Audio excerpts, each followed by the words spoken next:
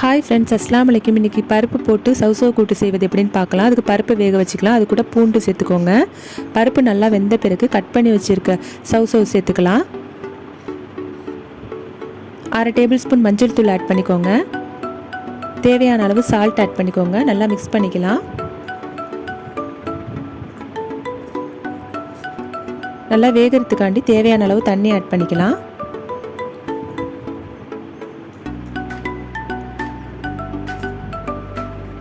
நல்லா வெந்த பிறகு அரைச்சி வச்ச தேங்காவை ஆட் பண்ணிக்கலாம்.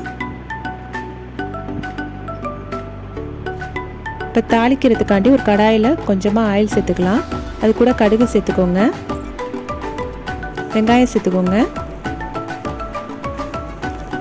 கருவேப்பிலை சேர்த்து நல்லா வதக்கி விட்டுக்கலாம். பெருஞ்சீரகத்தூள் ஒரு 1/2 டேபிள் ஸ்பூன் சேர்த்துக்கோங்க. இப்போ நம்ம மிக்ஸ் பண்ணிக்கலாம். சுவையான சௌசௌ கூட்டு ரெடி.